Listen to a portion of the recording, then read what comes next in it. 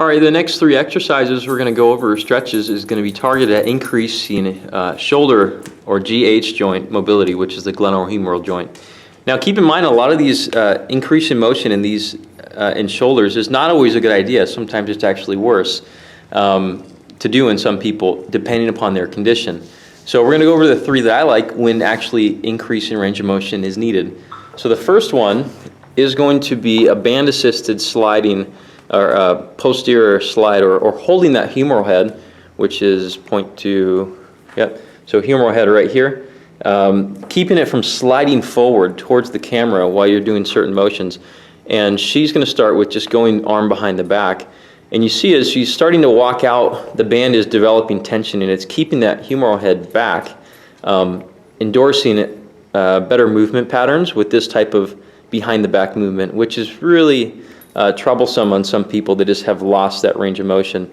So behind the back, she's using her other hand to assist in the movement. So a lot of times these holds where you're working on the capsules of the joints, you want to hold for longer durations of time.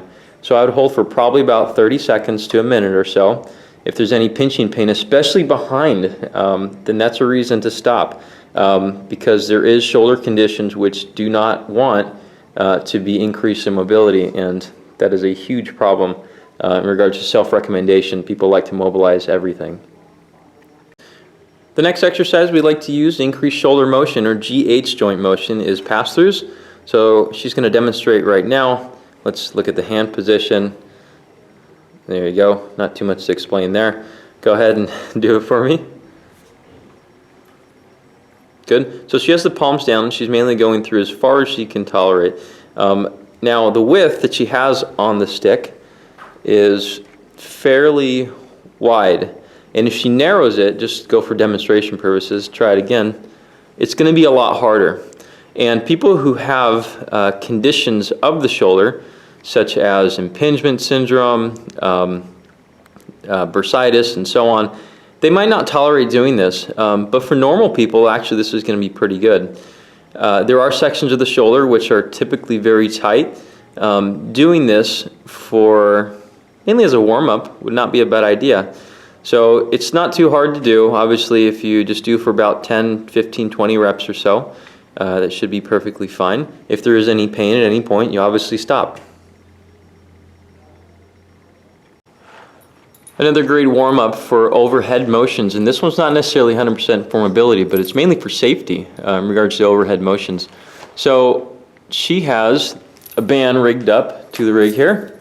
It's a fairly light band, and a lot of people tend to overextend their low back when they have overhead motions.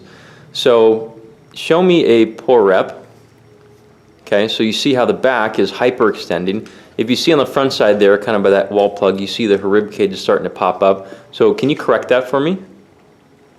Okay, so she's making her trunk more rigid now. And there's a series of exercises, I believe they're called the Pallof press, which is similar to this, but this one's mainly targeted at especially people with low or tight lats. Their lats will pull into, so the lat attaches up into here and goes down and attaches into the lower back region. It almost acts like a sling when both arms are up. So it's not uncommon to pull this whole section here forward. So what we need, and go ahead and go to a pull rep again. There you go. So the blatant hyperextension, again, you see that rib cage flare right there. So can you correct that for me? Good. So sometimes just being aware of this is a good idea.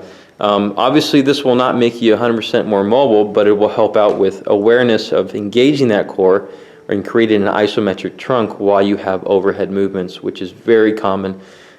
This problem is very common with beginning lifters, so might as well target it now.